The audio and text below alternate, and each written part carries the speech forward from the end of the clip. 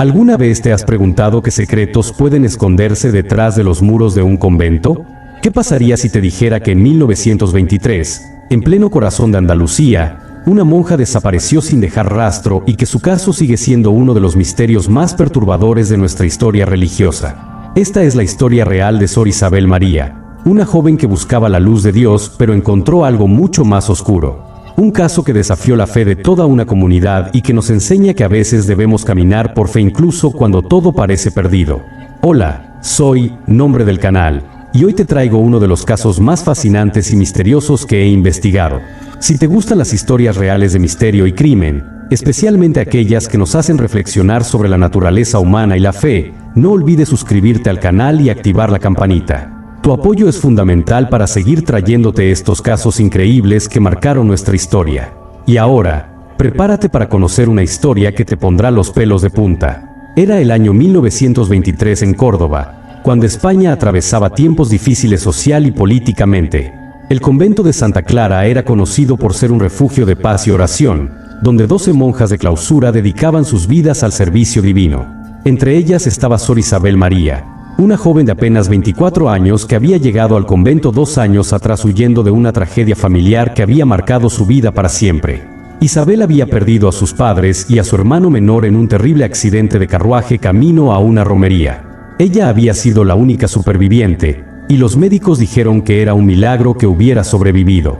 Profundamente marcada por esta experiencia, Isabel interpretó su supervivencia como una señal divina y decidió dedicar su vida a Dios. Sus tíos, que eran muy religiosos, apoyaron su decisión y la ayudaron a ingresar al convento de Santa Clara, conocido por su estricta disciplina y su devoción particular a la Virgen María.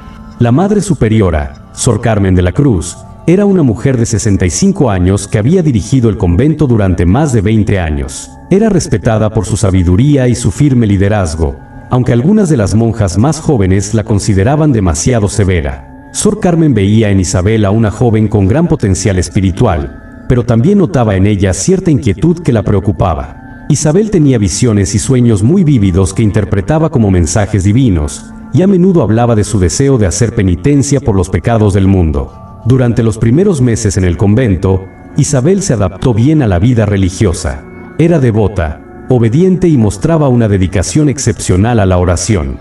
Pero con el tiempo, las otras monjas comenzaron a notar comportamientos extraños. Isabel pasaba horas enteras en la capilla durante la noche, y algunas hermanas la habían escuchado hablar sola, como si mantuviera conversaciones con alguien invisible. También había comenzado a practicar mortificaciones corporales extremas, algo que iba más allá de lo que se consideraba apropiado incluso en un convento de clausura estricta. La hermana que compartía celda con Isabel, Sor María del Rosario, confió más tarde a las autoridades que durante las últimas semanas antes de la desaparición, Isabel había estado hablando constantemente sobre una misión especial que Dios le había encomendado. Según María del Rosario, Isabel creía que debía sufrir de manera especial para salvar las almas del purgatorio, y que había recibido visiones de la Virgen María que le pedían hacer un sacrificio supremo por la humanidad. La noche del 15 de noviembre de 1923 cambió todo. Era una noche fría y lluviosa cuando las monjas se retiraron a sus celdas después de las oraciones nocturnas. Como era costumbre, las puertas del convento se cerraron con llave y no se abrirían hasta el amanecer.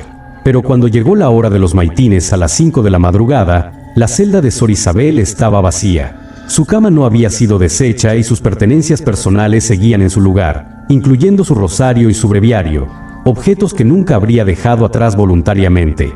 La Madre Superiora organizó inmediatamente una búsqueda por todo el convento. Revisaron cada habitación, cada rincón, cada espacio posible donde Isabel pudiera haberse ocultado. El convento no era muy grande, y conocían cada centímetro del lugar. Pero Isabel había desaparecido como si se la hubiera tragado la tierra. Lo más desconcertante era que todas las puertas y ventanas seguían cerradas desde el interior. No había forma física de que alguien hubiera salido del edificio durante la noche.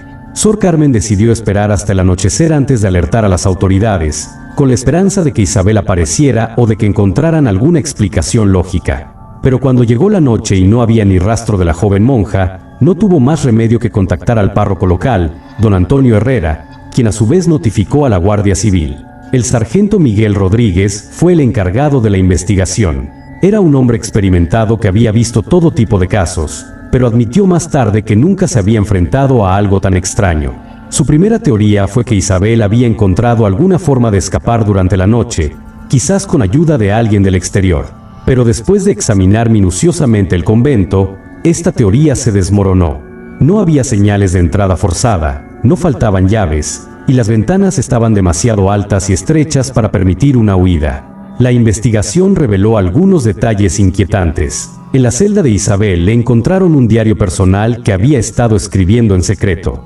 Las últimas entradas eran cada vez más perturbadoras. Isabel escribía sobre voces que la llamaban desde el lugar sagrado y sobre una misión que debía cumplir antes del amanecer del 16 de noviembre.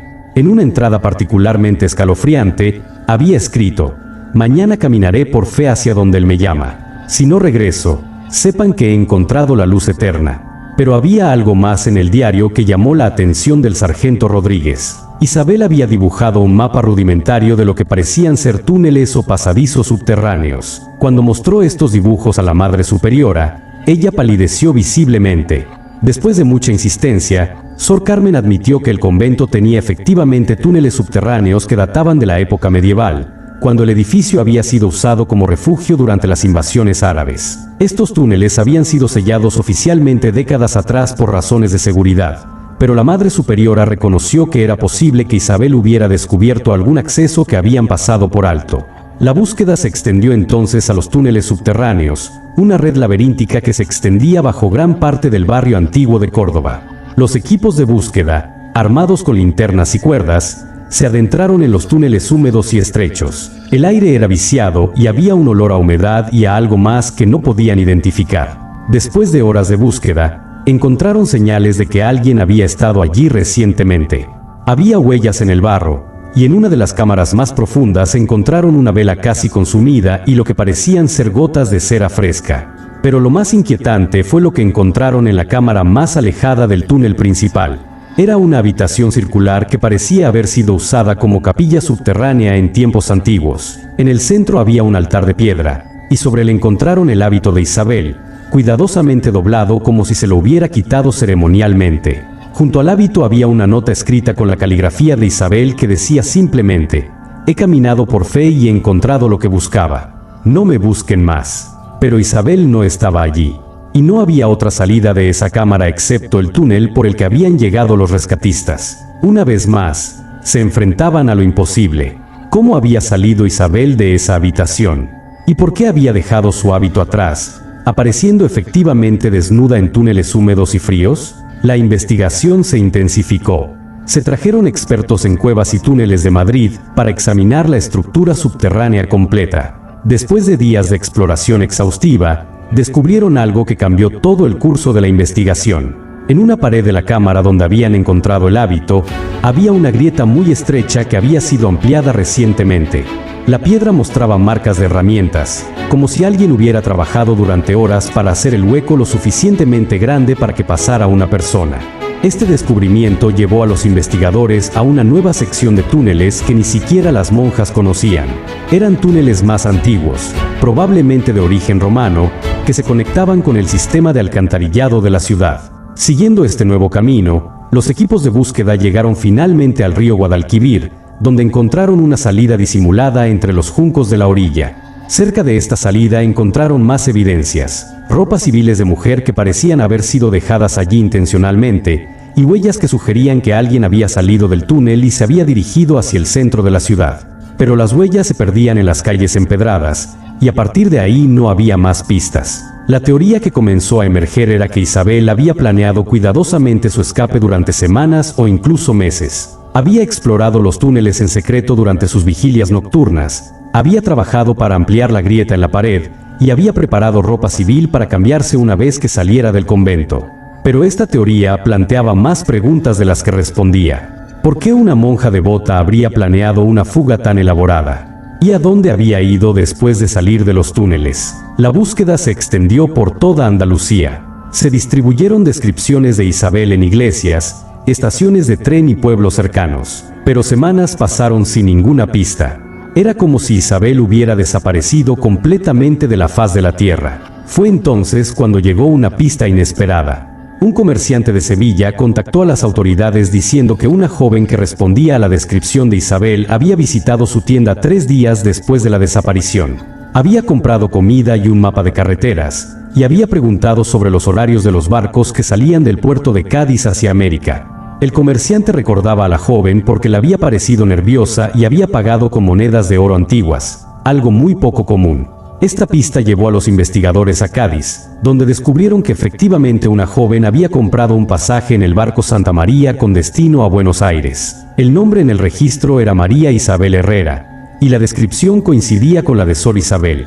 El barco había zarpado el 20 de noviembre, 5 días después de la desaparición. Pero cuando contactaron con las autoridades argentinas meses después, no pudieron encontrar rastro de ninguna María Isabel Herrera que hubiera llegado en ese barco.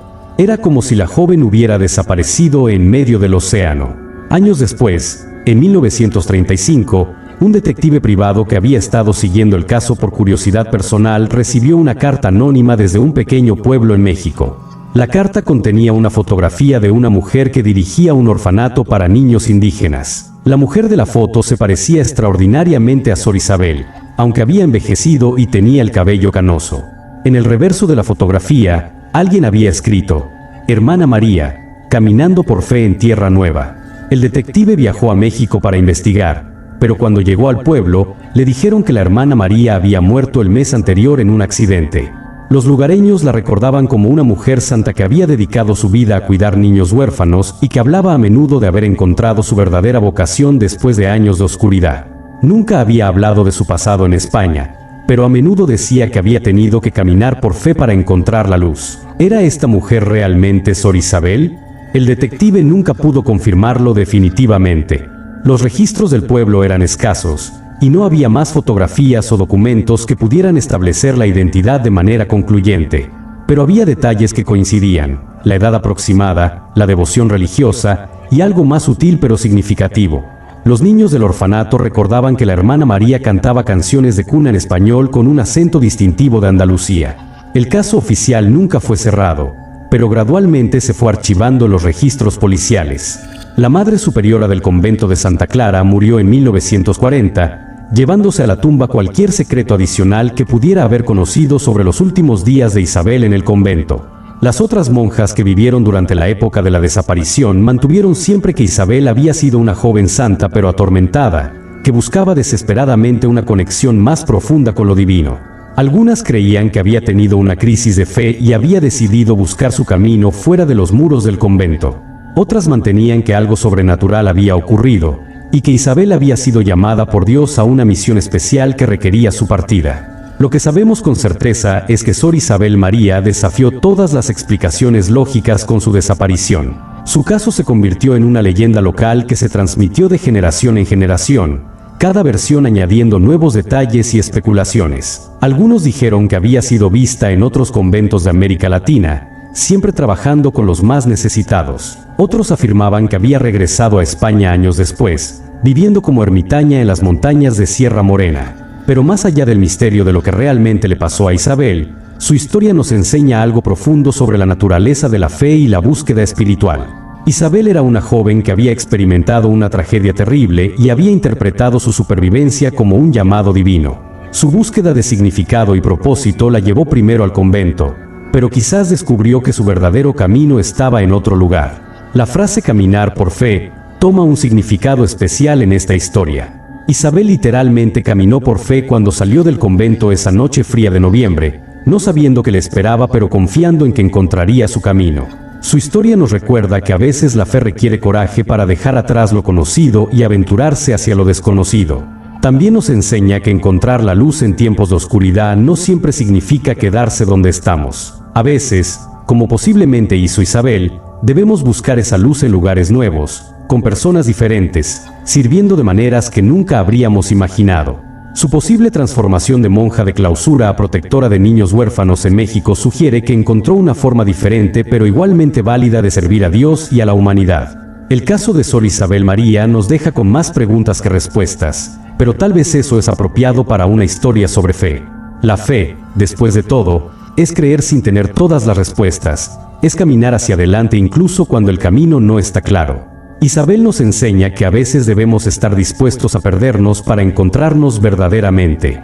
Y así concluye esta historia extraordinaria de misterio, fe y búsqueda de la luz en medio de la oscuridad. El caso de Sor Isabel María sigue siendo uno de los enigmas más fascinantes de nuestra historia religiosa, una historia que nos desafía a reflexionar sobre el significado de la vocación, la fe y el coraje necesario para seguir nuestro propio camino espiritual. Si esta historia te ha impactado tanto como a mí, si te ha hecho reflexionar sobre temas profundos de fe y propósito, te invito a que la compartas con otros que puedan encontrar significado en ella. Dale like al video si te gustó y ayúdanos a crecer suscribiéndote al canal. No olvides activar las notificaciones para no perderte más casos fascinantes como este. Tu apoyo nos permite seguir investigando y compartiendo estas historias increíbles que forman parte de nuestra historia y que nos ayudan a entender mejor la complejidad del corazón humano. Recuerda, a veces la mayor fe se demuestra no en quedarse donde estamos, sino en tener el valor de buscar la luz donde quiera que nos lleve.